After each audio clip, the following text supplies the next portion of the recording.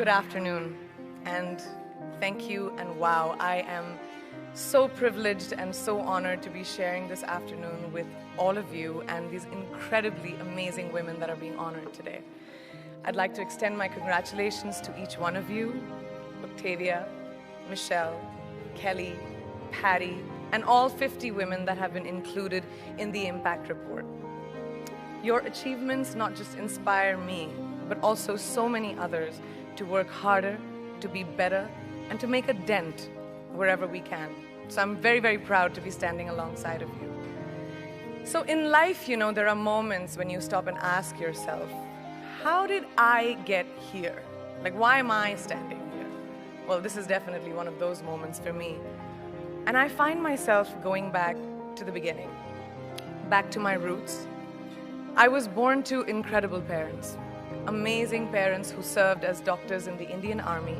I was the firstborn, and as far back as I can remember, I made my parents very proud and happy 99% of the time. Okay, slight exaggerations of personal achievements are allowed from time to time, don't you think? My brother was born a few years later, and even then, nothing changed for me. We were both given equal opportunities, and I want to emphasize this. I want to really emphasize this for you because I don't think a lot of people might understand that being equal might seem very normal. But where I come from, India, and a lot of developing countries around the world, more often than not, this is an exception. It's actually a privilege. My first experience of the glaring disparity between boys and girls came at a very, very young age. I grew up in a middle-class family with extremely philanthropic parents who constantly reminded me and my brother how lucky we were and how giving back to those who were less fortunate was not a choice. It was a way of life. Simple. I was 7 or 8 years old when my parents started taking me on these visits in a traveling clinic to developing communities around and villages around the city that we lived in called Bareilly.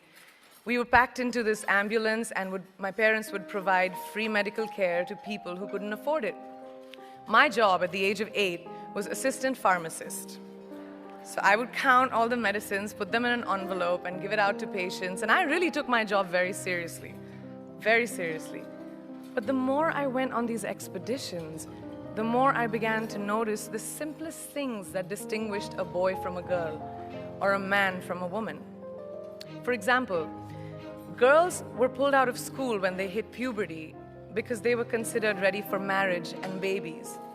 That's 12 and 13, while boys still enjoyed their childhood. Or basic human rights such as healthcare were denied just because they were women.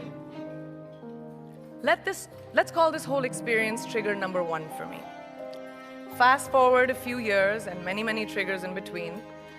Like a producer-director, for example, early on in my career, I must have been about 18 or 19, telling me that if I didn't agree to the ridiculous terms or painfully low salary in his movie, that he would just replace me. Because girls are replaceable in the entertainment business. That was a memorable one. Made me decide to make myself irreplaceable.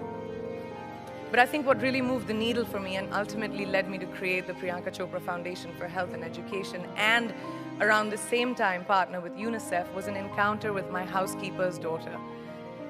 About 12 years ago, I came home from set early one day, and she was sitting in my library reading a book. And she must have been 8 or 9 years old, and I knew she loved reading. So I asked her, I was like, it's a weekday, why aren't you in school? And she said, oh, I don't go to school anymore. So I went and asked her mother, and I said, why isn't she in school? And her mom said that her family couldn't afford to send her and her brothers to school, so they chose the boys. The reason, she would eventually get married and it would be a waste of money. I was completely blown, and it shook me to my core. Eventually, I decided to cover the cost of her education so that she could continue to learn, because education is a basic human right.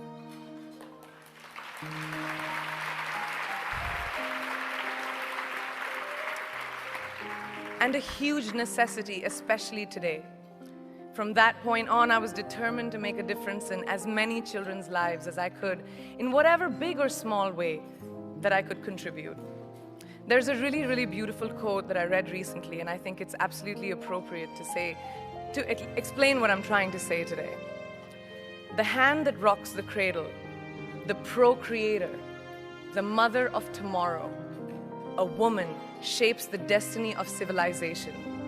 Such is the tragic irony of fate that a beautiful creation such as a girl child is today one of the gravest concerns facing humanity. Girls have the power to change the world. It is a fact, and yet today, girls are more likely than boys never to set foot in a classroom, despite of all the efforts and progress made over the last 2 decades. I'm just going to give you a stat, more than 15 million girls of primary school age will never learn how to read or write, compared to 10 million boys.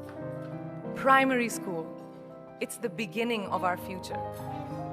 Over the last 11 years, I have witnessed firsthand the incredible work that UNICEF does for children around the world, especially victims and survivors of child marriage, displacement, war, sexual violence.